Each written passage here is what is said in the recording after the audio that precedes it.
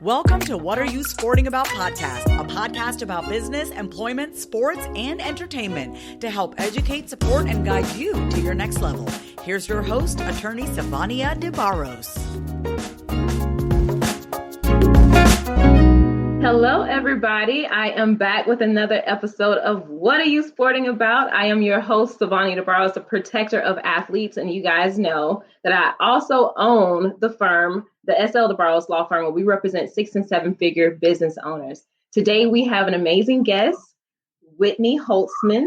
And before I bring her in to talk about all the good things that she's a part of, I do want to remind you that we have a new book that is launching soon, Athletes Making Moves. So make sure that you go to prosportlawyer.com to get all the tea on that, or you can visit athletesmakingmoves.com and check everything out. Sign up for the book launch, secure your seat for that so that you can definitely make sure you get all of the tips and the tricks and everything that's coming down the pipeline for this next phase. So without further ado, Whitney Holtzman, welcome to the show. Thank you. I am honored to be with such a mogul. You are such an inspiration for, all that you accomplish on a daily basis and being a mom too. And I cannot wait to read your book. Oh, thank you so much. Well, you got to get the first book too. What Are You Sporting About? That inspired this podcast. I need a whole library in my apartment just for you. Oh my God. Thank you. I'm going to take that. Thank you. Guys, listen, Whitney is the CEO of Social Victories, a marketing and branding firm for leaders in the sports world. And she's also the author of the best-selling book, You Are the First You. So, Brittany, yes, and I love the cover. Why did I just call you Brittany? Whitney. I love the cover. I absolutely love the cover. So I want you to tell us about that. Yeah. So first of all, I was not someone who ever thought I would write a book. I was approached about doing it. And then once I signed the contract, I was like, I guess I have to write a book now. And it turns out I absolutely loved the book writing process. And what was great about the publisher I worked with, I'm pretty sure I'm the only one that was like, I must have glitter on the front cover. And they were like, great idea. We love it. Like they just embraced who I was. And I think that, it fit well with the premise of the book. I mean, I was adamant also about the title. I wanted it to be You Are the First You because I basically in the book tell the story of my own career journey. And then at the end of each chapter, I summarize all the lessons from that chapter that I think you need to know in life and in business, but that no one teaches you in school. So for me growing up, I always wanted to be the sideline reporter on Monday Night Football. And I remember my parents saying, do you think you could pick a job with more than one opening? And I'm like, sure, I'll also do Sunday Night Football, which has doubled my options. And, kind of started out, my mom used to have meetings. Oh, by the way, to relate to your world, everyone in my family is a lawyer but me. So both my parents and my brother. So I don't know if I'm the black sheep or the one who got away. But my mom would have meetings on Monday nights. She'd come home and say, to my dad, you have one job, one night a week, make sure the kids are in bed while I'm at my meeting. And she'd come home every week and he'd have me under one arm, my brother under the other arm, and we'd be watching Monday Night Football. So no doubt that's where my love of sports began. I believe he refers to it as quality parenting or something he's very proud that that's what he instilled in us. But, long story short, someone asked me recently, have you always been entrepreneurial? I'm like, well, they only call it that when it works. When you're going left and everyone else is going right, it's really hard to have that continued faith in yourself until you end up succeeding. But I think for me, I always had that tunnel vision to know what I was meant for and what my purpose was in the world. And I wrote the book because not everyone has a support system or has that inner confidence, or sometimes you just need reassurance no matter how confident you are when you're the only one believing in yourself. And I want this book to encourage other people to carve out their own path and find their place and their purpose in the world, because that's where ultimate happiness lies. And long story short, now I have my own company, as you mentioned, called Social Victories, and I help pro athletes build their brands, but it's also more about helping them find their purpose. All of my NFL clients have second jobs off the field. Helping them to find their you. Exactly. And that's the thing is everyone, their whole lives has called them an athlete. So you can't define yourself by something that's temporary. So I help them figure out first and foremost, who are you that sets you apart from everyone else and makes you unique? but that's not going to change. And that's sort of the foundation for how we build everything else. And I tell them, look at pro sports, instead of looking at it as your purpose, look at it as your platform to your purpose. Come on now. Come on, somebody. Yes. I love this. I really, really do. And it's so funny that you grew up around all lawyers, because I'm the first lawyer in my family. I think we were struck by lightning and changed places. You're in Chicago, that's where my mom's from. I'm in Florida, you're from here. Like, I think we just crossed paths at some point in life. Absolutely. It was so funny listening to that, because I'm like, whoa, like, you grew up around all lawyers. I grew up around none. And you're right too, though. So even just take that track, for instance, being the first one to do something, it's always hard. It's different. It's hard to find other people who may believe in what it is that you want to do, because they have no idea what that's all about. They don't know how to support you in that. But even the person themselves may be struggling with certain issues where they need to build that confidence to be able to step into a particular phase so they can operate to the, at an optimal level. Right. And so for so long, even with your athlete client, so long people have been defining athletes as only athletes, not really giving them the roles or the titles of, hey, you can be this, you can be that. No, it's like, hey, let's talk to this athlete, or you should be doing X, Y, and Z because you are an athlete. But that's only a one-dimensional characteristic of who you are. So I love your statement on the book and what drove you to writing that book, and all of the passion that even exudes from you and what you hope to achieve with it is amazing. So I need to read yours too. Yeah, well, we'll have a book club with each other's books. Yeah, absolutely. I've only written one. You've got a whole library. I actually kind of do, though. I'm not gonna lie.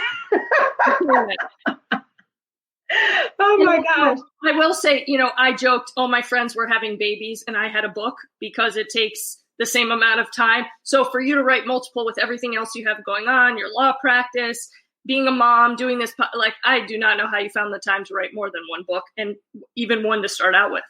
You sound like my mom and almost everybody I know. It's definitely a balancing act. So let's talk about that for a second. Let's do it. Because with entrepreneurism, you have to balance so many different things, and you are not one-dimensional. So how do you balance now with being a best-selling author, with Social Victories, the CEO of Social Victories, and supporting your athlete clients? Well, I think it's twofold. First, I sort of, people always are looking, especially women, always talking about the phrase work-life balance.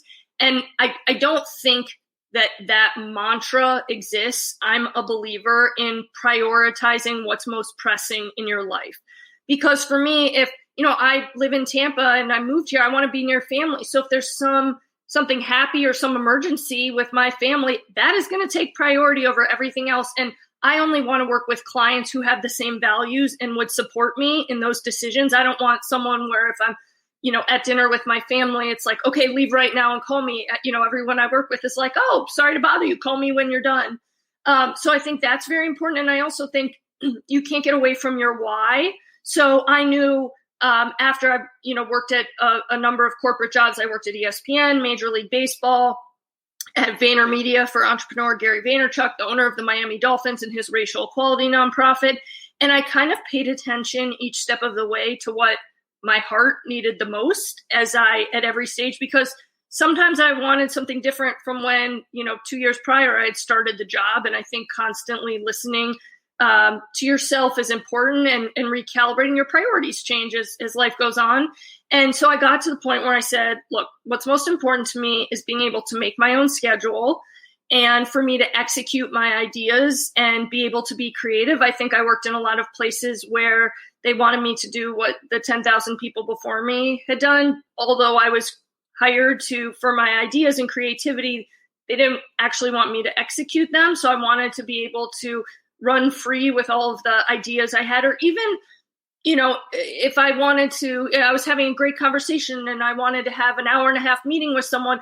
It wasn't like, okay, an hour, lunch is up, back to the office. I could kind of live life on my own terms. And then I wanted to live here in Tampa and be near my family and be in warm weather and, see the sun shining, that really affected my well-being. And I don't think people talk enough about the intangibles of where they live. They're often, I moved to this city to work, but what makes your heart happy? And so I think the prioritizing what's most pressing and kind of listening to your heart are sort of the ways for me that I balance everything, because when you work from within, you're not confused about what's most important. When you work from within, you're not confused about what's most important. Thank you for that soundbite. Wow. It's true. So what I love most about that piece of what you said is you have to go in to recalibrate what's important to you, your why, and constantly evaluate your why, right? I think a lot of people fall short on that because they lose sight of the why by trying to chase something that either someone else says they should chase or what they feel like they should chase based on society standards, but it's not in alignment with the why. Like if you ask someone today, why are you doing that? They probably can't even give you an answer. So. Right. And I think at the end of each day, a lot of people come home drained and exhausted, and they would say their days are net negative. And for me, I made a commitment that I have one life. I want to live it to the fullest. I'm a believer in 0% toxicity. You have to punt any addition by subtraction. Get rid of anything that detracts from your emotional bank account. So I said, okay, I'm only going to fill my days in this business with good things and good people. And I didn't even know that this level of happiness was possible. And I think so many people just are going through the motions. And, dating and jobs are very similar. And there's a lot of comparisons between the two. And only you know in your heart when you found the person who's right for you. And I think jobs and careers are the same way, but we don't discuss it in those terms. So no matter who you talk to, whether it's friends or experts, everyone is going to have advice to share with you. But because no one else is inside of you, at least for me, like I can't lie to myself. So I've learned that no matter what, to just follow my gut and trust what's inside of me, because that always ends up being the right answer. And I think most people are looking outward for validation and not paying enough attention to sort of what's nagging at them. True. Absolutely true.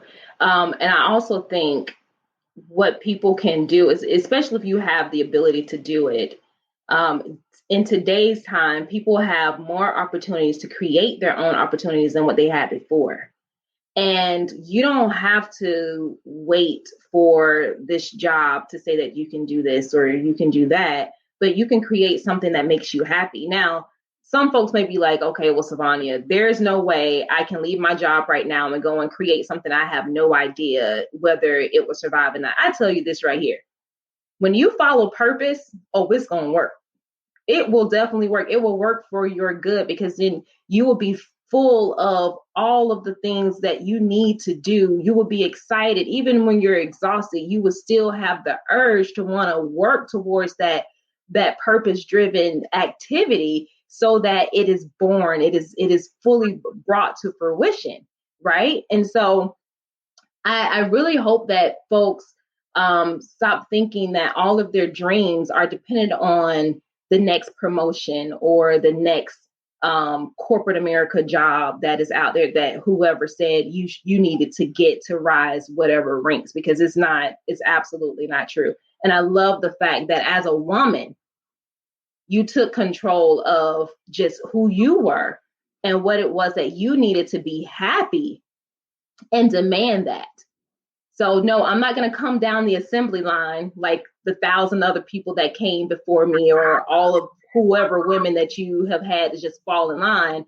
I'm going to disrupt everything that's happening right now. And I'm going to set the record straight and say, this is what I need to do. And this is what I need to do to make me happy. And if I'm happy, your organization will reap the benefits of it. Absolutely. And I think what we don't realize is, how do you know that you won't be successful if you take that leap of faith? I understand the fear. Okay, I'm getting a consistent paycheck now and benefits and all these things, and I don't want to leave that behind. But why doesn't anyone consider that maybe you'll be even more successful than the job that you're working at now? I know for me, that was the case. And I remember having this aha moment. I was walking last year into, I guess, right before COVID, this football season before COVID, into the Miami Dolphins stadium. And I had 2 NFL players that were playing in that game. And I thought, wow, like I just started crying because I remember thinking that I needed to work at a large organization to be able to have success, that success was defined by me working at ESPN or me working at Major League Baseball because I was tied to those big names. And then I took a step back and I thought, oh my goodness, I now have 2 clients on the biggest stage, the most well-known league in all of pro sports. So this is the biggest stage you can get to. And those are just my clients. They're because of me as a human, not because I work for any particular organization. And it was just, I finally did it with just my own, volition and my own capabilities. But sometimes you are the one that you've been waiting for. And I think that's what I've learned in my business. And I remember, everyone here's kind of the stories at the end of the day and you think, okay, well, it was just, rainbows and unicorns. But I had those fears leaving and starting my own business because no one really tells you that's something you could do. And I remember being so afraid of not having or being able to afford health insurance. I mean, so many companies I worked at, people talk about the benefits, and those are really big benefits of, okay, your health insurance is partially or fully covered, whatever it might be. And so that was like what held me back from going full time for the longest time. Then I remember talking to the woman who I go to get my hair cut, and she's an independent contractor.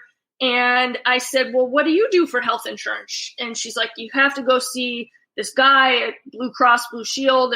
She, gave me his name and number. Long story short, he was able to set me up with a plan that I now pay less per month in premiums than I ever did working for any other company. So the one thing that held me back and was such a fear ended up being even more cost effective for me once I went out on my own. And I never considered that could be possible. I mean, that's awesome. So my story is definitely a bit different, but it's somewhat similar because I held myself back thinking that I didn't know enough or had not represented enough athletes to have technically like the skill set or the name, right, to say that I can represent these people. But prior to even getting there, and you talk about all the stuff I've written, I didn't realize until I wrote my first adult book, which is the What Are You Sporting About, that I had already become an author, a published author. I wrote a legal article in law school that was published. And I did so many different things in law school, but I could not find a job. And I refused to wait 2 years, 3 years interviewing. I said, okay, I'm just going to go out on faith and open my own firm. And, my first year, it was frightening. I know nothing. I don't know anything. And I made $13,000 that year. I was so happy for them little $13,000. That's a big deal to make money in your first year. I pulled in clients. I made a little bit of money, but now like I've grown this business, something that I wanted eventually down the pipeline, something I didn't think I had to jump out and do immediately. But I've grown this into a 6-figure business, hopefully a 7-figure, at some point. Let's not. I said or 8 or 9. Let's not. Or 8 or 9. Right. Yeah. Hey, we can just skip them levels. Yeah, exactly. Just keep adding those zeros. Well, I remember adding the zeros. When I worked for Gary Vaynerchuk or Gary V, I was one of his early employees, and he is the person who recommended me for my 2 jobs after I worked at Vayner. So he recommended me for Rise, which was the racial equality nonprofit started by the owner of the Dolphins, and then representing my first NFL client as his chief marketing officer. And I remember the phone call when he said, I think that you would be really good for this particular athlete. And I said, well, I'm at Rise now. I love the cause, and I'm working for, a variety of athletes across all different sports. Every major league was a part of it. Why would I go from that to working for one athlete in one sport. And he said to me, because no matter what you do for any organization, either the founder of the organization or the organization as a whole will get the credit. And he said, you've always been entrepreneurial, and whatever you do for this one player will finally be bringing in the credit and the accolades and the accomplishments that you deserve. Like, you will be credited with what you have been creating and what you deserve to be hearing. And that made a lot of sense to me. And I think that I just always assumed, moving higher up for these organizations, that was sort of the highest level of achievement. But really, when you sort of rip the Band-Aid off and, it's all on you, then you can reach, truly the greatest levels of success, because there's nothing standing, there are no barriers in the way of you achieving everything that you want to achieve. No one can stop you. No one can tell you, no, you can't take this meeting or this award or whatever it might be. And you're kind of set free. And I think if he hadn't given me that piece of advice, that really changed the mentality for me, that, okay, well, when you're on your own, people are going to see the accomplishments and tie them to you instead of back to the organization. Mm-hmm. That makes a lot of sense. You said before that sometimes we're just waiting on ourselves, which is true, because I think over time too, we look at how society has, put everything together, and we're two women. Okay. We're two women operating in sports in different capacities, but it's hard sometimes to tear down the mental blocks of what you think you can do or what you have to do, and every level you have to reach to get to a certain place. But really, all you're doing is just waiting on you to show up. Are you waiting for you to show up for you? You're waiting for you to show up and be demanding for all the things that you need. And you're waiting to show up and make the space that you can thrive in. I think most times that is the biggest issue, is that we don't have the space, and so that we can develop and that we can grow. And part of that development too is the mental development of women. I mean, when you have a group of people who have been put down and marginalized for so long, in your mind, when you're making certain decisions, you're like, okay, I can't ask for that, or I can't do that, or I have to go this route because this person will say that or do whatever. It does create a limiting mechanism on what your achievements can be. But when you break all of that apart and you follow purpose is the thing that breaks the glass ceiling. Absolutely. And I think, at least for me, I accidentally found my purpose in my business, because I started out thinking, okay, I've done the marketing for one athlete. I'm going to do endorsement deals and social media for these athletes that I work with moving forward in my own business. And then I started to learn about their worlds and really care about them like family. And I'm like, wait a second. So all these people helped you get to the pros, but no one is helping you maximize your time in the spotlight. No one is helping you try and figure out your purpose. And then the minute that they can't use you anymore for your athletic abilities, you're tossed to the curb. And you don't have no one helps you. You're just left to fend for yourself. And at 30, whatever years old, or late 20s, you have to find your next career move with no help. And you're supposed to wake up on a Monday, Tuesday, and just know where to go. Like, how are you supposed to, what do you mean no one's helping you? And I realized the agents do the contracts, but then they kind of disappear. And the teams have social media and marketing departments, but no one was helping these players proactively tell their stories. And it was everything from one of my clients. I helped him renovate his house and pick out the tile and the paint. And you just really jump in wherever you're needed. They need a plumber, whatever it is. And the week of the Super Bowl, I had one client playing in the game, and I was running to get t-shirts printed for him and helping to set up media interviews. And again, if it weren't for me, there was no one doing this. I'd found multiple clients' houses. I've, been their realtor. And so it was just, all of a sudden I cared, and it seemed like no one really before me or that I knew of was caring in this same way. And if you cared, you saw there was clearly this white space that was really detrimental to the players unless someone jumped in and helped. And I think the other thing is that when you're growing up, no one tells you you can carve out your own path. I did not know in school I could start my own business. And I think, especially for me, working with these NFL players, I'm like, well, I certainly don't look like the typical agent or representative. So why would they trust me? I'm new in this field. And we always sort of look at the doubts and the fears. But at the same time, they said to me, well, a lot of us were raised by single moms. So in our world, women get the job done. And, we're still young men being sent to these new cities, and you bring a nurturing, caring approach that we need.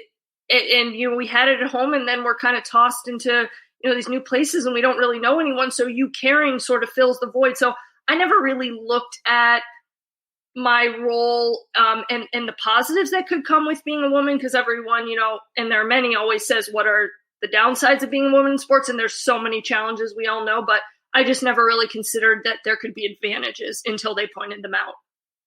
And that is so important. I always talk about the team aspect, because I think one of the biggest challenge for athletes, and especially professional athletes, is that they are part of a team, but they don't necessarily know how to create their own team around them in their life and professionally, which is so important, because you are the captain of the ship, but who else is manning all the other things to make it sail, to make it move and make it operable, right? And so just even ways that you stepped in to help people to find homes or to go run around and do certain things, it can be exhausting, which is why you need multiple players on the team, but players that you trust, people who have your best interests at heart.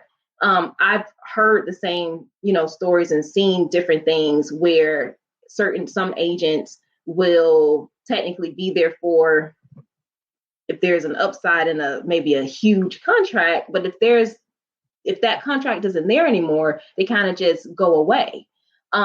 So let me ask you this. Are you helping your clients when you see that there is a need or a void? Are you helping them to have these questions with key people who they really do need, but also making sure that they're asking the questions that will allude to whether these individuals have their best interests in mind? Yeah, I think for the most part, for clients to come my way in the first place, I mean, they are the driven, smart, hardworking ones, obviously, to play in the NFL and then go have a second job off the field. I mean, you have to have some special characteristics. So in general, they have good judgment and sort of the EQ or emotional intelligence and good people skills. But I am not there to just tell my clients what they want to hear. I physically can't, I don't know how to be anything other than myself. So there have been times where I've seen sort of detrimental characters in their lives, and, I bring it up and I let them know. And then sort of I've done my piece, but I also, I help them understand, they're so used to getting things for free. It's like, okay, but you get what you pay for. And, if you want to have, you need a good lawyer on your team, you need a good accountant. I mean, there are certain people, as you referenced, on your team that you must have to function, especially if you're running any off the field ventures, but on the field or on the court ones as well. You need those people in your lives. And, a lot of my clients have their own businesses, and you can't just have people work for free. So I teach them, okay, you need to start your own company. Here's how you do it legally with the paperwork. Here's how you do contracts to pay. I tell them, because a lot of times they start to trust me, and then they want me to, and I'm like, I'm not a lawyer. I'm not. So, for me, whether they like it or not, I have to do what I know is right. And that means guiding them to sometimes spend money, even though they don't always want to, but it's all about long-term success, and you need to have those players on your team. And I know what I'm capable of, and I know what I can't do, but what they need. And so I, let them know, and it's no fault of their own. No one's told them before. I mean, most of them don't even have resumes. And see, that's what we need to stop. That doesn't make any sense. I mean, that's like the smallest thing that you could do is just have a built out resume. There was something I was about to say to you. I completely forgot. Oh my gosh. But, that's what I was going to say. So the money part, because I've seen this as well. So athletes, especially popular ones, do get used to getting a lot of things for free. But like you said, you get what you pay for. But on the flip side of that too, I feel like the individual who's paying for whatever that thing is has more appreciation for what it is because they've invested in it. You want to see what your money grows into or what the product will be that you've paid for. And so there's also that investment mentality that is attached to the money piece. But the dangers of trying to pull in professionals who you want to have top-notch things done for you at zero cost is that it will not, I mean, everybody has bills to pay. Everybody has businesses that they're running. Everybody has to pay to play.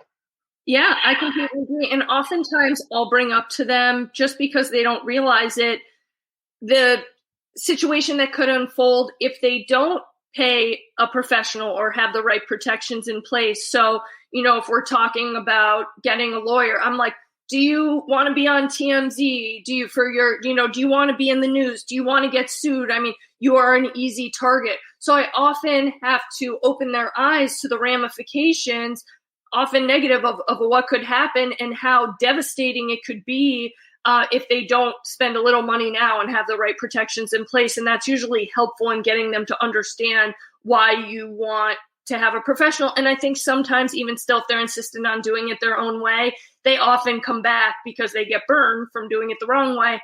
And they'll say, yeah, you're right. Okay, so who's that lawyer I should hire now? And what is that? Because, XYZ happened. And, even like that they, starting businesses, they bring this person on and this, and I'm like, but we don't even how do you know that it's going to work out? Or it's, it's so fast. I'm telling them, you need to have a contract in place, and then you kind of need to date these people before you decide to make them a business partner. And then they'll come back and say, oh, XYZ did whatever. And yeah, you're right. I don't think they're ready for, so it's often just like putting on the brakes, recalibrating, and inserting the real life business situation that should be implemented at that point in their lives. And you giving good advice because it's some of the same advice I've given, and it's sad, but it's exactly what happens, especially from a legal standpoint. You go and pull all these people into your business and they're helping you to build out certain things. You're giving them rights over your intellectual property and don't even know it. Right. And the thing is, they were not protecting themselves. And I think, they see themselves often as normal people. And because I played sports, I'm going to do well in business, or, I'm going to become a financial advisor or realtor because I have this network. There's these sort of cliches that end up overtaking their mindsets just because they hear and see everyone else doing it. And I think oftentimes I have to remind them, these are all the things that could happen if you don't take the right steps. And more than anyone else, you are a target because people believe that you have a lot of money, right or wrong. Absolutely. So are you seeing that transition or translate well, like from a pro athlete into business? Because so far, I've only seen a very small percentage from the pro sports who transition well into business. Yeah, I mean, I'm constantly educating them. I often tell them, you can have employees who feel like family, but your employees don't have to actually be family. I mean, that's one consistent issue I've seen not work well over and over again is, hire people that are good for your business, not because you're related to them. I mean, it's almost impossible to mix sort of business and personal relationships. And I think that I appreciate when they listen to my guidance and they're open-minded and let me sort of help them along the way. Some of them get too deep into it, but at the end of the day, I think they're all surprised at sort of how difficult it is. And I think the key is really driving them towards businesses that suit them really well. And sometimes that might be finding internships while they're playing or, working for other companies before they start their own. Because at the end of the day, you might be a good leader on the field, but you've never worked in marketing. That doesn't mean you're well-versed in HR. All of these things that you need to be successful in a complete business, they don't even know that you should have them. So I think, steering them towards their passion and reiterating over and over again. I mean, I had one client who opened a business and I just kind of sent him, I wrote out a checklist of, okay, here are the things that I think you need to know. Like, don't bring up, obviously it's great to support different employees' religions, but don't make jokes or things that might be fine on the field are not okay in the workplace, and they just would have no idea. So I think it's a learning process. And be hit with an employment discrimination suit. Oh, yeah. Yeah. I mean, they just have no idea the ramifications of what you can and can't do in an office setting. And I think either they fail, they crash and burn, or they have to continue tweaking. But I think the best thing you can do fundamentally is steer them towards an industry that fits their personality really well, even if it's not super traditional. I mean, I have clients who are broadcasters. I have ones who are in real estate. I have ones who are they flip houses. I have another who owns his own athletic training facility. And I think ultimately these businesses will be successful because at the foundation, it's what this person is meant to do if they didn't play sports. But if you're just doing something to do it, I don't think it's going to work out long term. Right. For anybody. Just doing stuff to do it doesn't make sense. And to do stuff just because other people are doing it doesn't make sense. You need to find what is in alignment with you, what you're passionate about. And this is also the reason why I asked the question, what are you sporting about? Because as you are playing, while you are in the game, like literally actively in the role of an athlete, that should just be one driving force that helps you get to the next phase of your life, right? So you always want to be thinking about what it is that you are called to do, that you want to do, that you are truly, truly passionate about. So I do want to ask you before we go, though, my question, what are you sporting about mean to you? For me, what are you sporting about means following your gut. And also for me, it's at the intersection of sports and making the world a better place. For me, I love sports because of the vehicle they can provide to change so many lives, whether it's the people playing themselves or the people following along. So for me, it's sort of about the power of sports because I think no matter your gender, age, economic status, education level, we all look up to athletes the same way. And so it's an incredible platform to create the greatest change in the world. And ultimately, that's what makes me the happiest, is helping people around me become the best versions of themselves and also making the world a better place. And I can tell that about you. Thank you. That's very kind. I appreciate it. I love it. And my last question before we wrap up, because I love the name of your company, Social Victories. So do you have any tips for athletes or aspiring pro athletes or people who are just connected to sports on how they can have or create their own individualized social victory? I think, obviously, don't be afraid to be authentic. Just as a recent example, I happened to be at the boat parade because I'm a big Bucs fan. So I was at their championship boat parade. And I happened to catch the video of Tom Brady throwing the Lombardi trophy that went viral. So that was a moment I could have never planned for, but I followed my passion and it kind of led me to this magical moment. So, I'm always a big believer in having the courage to be yourself. And that's when great things end up happening. And I would say too, for the athletes that I work with, they have a very busy schedule in the NFL. But even they are working on creating a plan B. I think it's a very powerful lesson for the rest of us.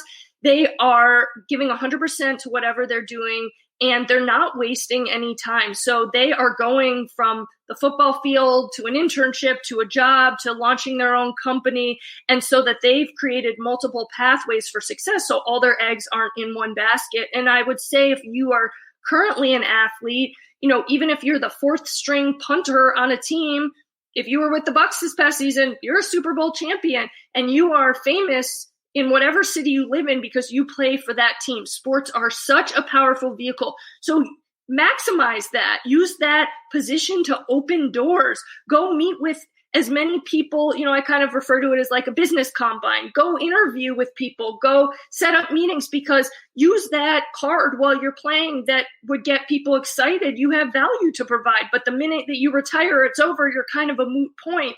And we all saw with COVID this past year, sports were canceled, wiped off the face of the planet. I mean, I will never forget March 11th. Like, well, there went my whole industry. And I mean, you are just as familiar.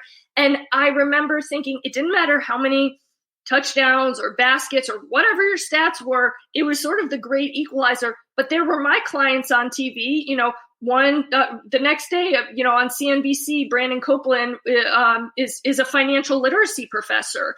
That's unlike a job people think that they can have when they're playing in the NFL. He lives on 15% of his salary. He's a financial literacy guru, and he is a college professor in the off season. And so, sports is silence, but he's over there on CNBC because he's created this plan B. And I think for the rest of us too is, go after your dreams, but also maximize everything in your power. Don't give up that opportunity to go have coffee with someone or to have a conversation or to, don't turn down that interview. Sort of, say yes to everything that falls into your orbit, because then you're creating as many opportunities for yourself, and be relentless. I can tell you so many stories of times pretty much anyone else around me would have given up, and, I'm able to make whatever it is happen. And there's some specific examples I'll have to tell you about another time, but people can't believe it. And it's just because I was determined and I was relentless, and I kept going until there was not a single solution left on the planet. And I think sometimes people throw in the towel too early.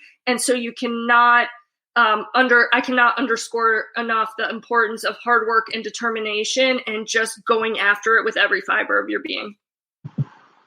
I feel like you've read my book already, the second one that's coming out. You touched on a lot of points. That would be impressive if I read it before it came out. I mean, I have some gifts, but I don't think I've accomplished that much at this point. Man, that's awesome. The picture I had in my mind where you were while you were talking was the light bulb. Because the light bulb wasn't made on the first try. It took, who was it, Thomas Edison? Mm-hmm. It took him, 1,000 tries before it actually worked. And so you can't just throw in a towel because things are hard and adversarial and it's too upsetting or it's super emotional. If your heart is in it, stay with it, because I truly do feel that all things will work for your good. If it's coming from the right place, if it's coming for the right reason, it is going to work out. But sometimes you're being tested in the midst of it to see, is this something that you can handle being blessed with if it does come to fruition? Because if you give up too early, then, hey, you're giving up on yourself, and you're giving up on your dreams. You're giving up on all of the things that you have been blessed with that could take something and make it great so that somebody else can be amazing at what they do. So don't throw in the towel too early. I always picture that image of the guy kind of digging out of a cave, and he just keeps seeing a wall in front of him, but we can see on the outside that he only has a little bit left to go. And what if he gives up? He's almost made it to freedom, but from his perspective, he just, decides I can't do it anymore. Think of how many people probably stop right before they reach their dream. And you have to keep going until there is not an answer, solution, or way left on the planet. Absolutely. Absolutely. I agree 100%. We had someone from LinkedIn that says, great gems, ladies. Thank you so much. This has been a great interview. And Whitney, I'm so glad that you decided to come on the platform. Y'all, Whitney had me chasing her for a year. Okay. I'm like, lady, are you going to come onto the show or what? Well, I haven't known how awesome you were, but we all know LinkedIn. And, this is something that is worth mentioning, and I think happens more to women. But a lot of people will say to me for my services, and, I don't sell water bottles. A lot of my advice is sort of the intangibles. So people say, can I take you to coffee and pick your brain? I'm like, coffee does not pay my rent, and my brain is my job. And so, sometimes LinkedIn gets, so if I had known, if I had known you previously and now moving forward, you're my 1A girl and, you call and I'm there. But, sometimes until you make that connection, you're just like, oh, okay, more, LinkedIn mess. And they just kind of all run together and you don't end up reading them. But there's obviously something about you that stuck out and that I was like, no, she's a rock star and we got to make this happen. So, and we got to link up too, especially since you're my home state, because I come back and forth a lot. Yeah, either you come here or I'll go there or whatever, and hopefully we'll make it happen. Pizza can be involved. But I am just here as your woo girl, and you're sort of, I think we all hope to be you when we grow up, because you are setting the bar. I feel the same about you though, and that's what I love about all of this, because people who I've connected with, and I know the COVID pandemic has been it's been bad in so many different ways, but it's been so good in so many other ways as well, because it's put me in front of people like you who I do feel honored to know and to meet and to network with, because you guys are so inspirational and motivational. And that's the caliber of people that I like around me is, we may think that we have shortcomings, but if you can look at your own shortcomings and say, okay, I'm not missing the mark all the way, but this person makes me want to be better, right?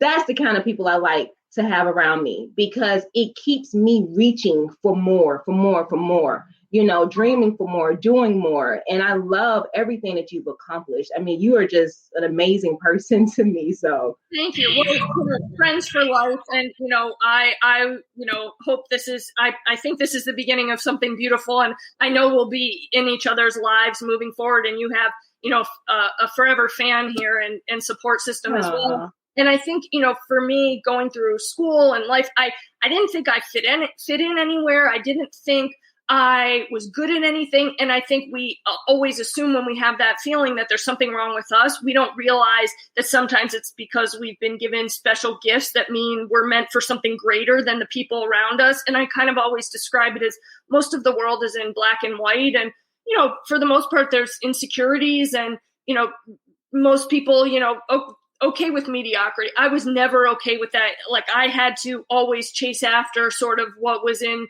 the deepest fiber of my being. And so it's every so often that you meet someone who you feel like is in color and who totally validates you. And that person can sort of erase all the other people who sort of bring you down on a daily basis. And they remind you that you are on the right track. It's just you're kind of at that level. There's not a lot of people up there. Yes. Yeah, you hit the nail right on the head, because there's so many times that I feel like that I'm alone, kind of like at the top alone, right? And I know I'm not at the top. I'm not where I want to be, but the more you keep reaching and climbing higher than where you've been, the lesser amount of people are there. And then you also have to look at the type of people who are there too. What is the substance that is a part of these individuals? Do they really breathe life back into you, or do they detract to a point where you are in danger of falling down to a level that you don't want to be in? So, and I think we have to sometimes remind ourselves it's okay not wanting to do the things that other people around us are doing, because we want a different life than they have. So maybe it feels like in the short term we're holding back, or we're not, the FOMO or whatever it might be. But at the end of the day, we have sort of very, big dreams and we want to achieve them. And it's okay not doing what everyone else is doing, because that's going to lead to the life everyone else has. And ultimately we don't want that. We want something different and greater. Yes. Yep. Oh, I can talk to you all day. Whitney, we're not going to keep these people up. So tell us where we can follow you and get involved, and also follow Social Victories. So nice. Well, I would love to hear what everyone thinks of the book. You Are the First You. It's on Amazon, and there's the paperback, Kindle, and I recorded the audiobook in my own voice, which we'll have to do another podcast episode on that experience. So you have your choice. I was very productive during the pandemic. It's now in all forms. So you can, find it on Amazon. Just type in my name and You Are the First You. And then I'm on the internet everywhere, either as Whitney Holtzman or Social Victories. If you want to follow what my athletes are doing, Instagram, Social Victories is the best way. Obviously also a Facebook page and Twitter, and then same for my personal accounts. And it's just my name on Instagram and then W Holtzman on Twitter. And I'm on LinkedIn. All right. Well, again, thank you so much for coming onto the platform and dropping some major gems for everybody. So this has been amazing. You guys make sure that you go and follow Whitney Holtzman. Get her book, You Are the First You. I just bought mine, so it's going to be coming up here soon. Again, let me remind you guys, we have a new book that is launching soon, Athletes Making Moves. Secure your future by protecting your name, image, and likeness. You can find information on prosportlawyer.com. You can also go to Athletes Making Moves. And I totally forgot to mention this. Make sure you go and follow our new group on Facebook and Instagram, Athletes Making Moves, so that you can be in the right rooms to make moves. All right. It's attorney Savannah DeBarros, the protector of athletes. Until next time, I'll check you later. Ciao. Thanks for joining us this week on What Are You Sporting About podcast. Make sure to visit our website, prosportlawyer.com, where you can subscribe to the show in iTunes, Stitcher, or whatever your favorite platform is, so you'll never miss a show. And while you're at it, if you found value in the show, we'd appreciate a rating on iTunes or iHeartRadio. Or if you'd simply tell a friend about the show, that would help us out too. If you like the show, you might want to check out our book, What Are You Sporting About? Attorney Savannah DeBarros is available for private consulting at sldebarros.com. And remember, we're here to educate, support, and guide you in your journey to success, because we're all sporting about something.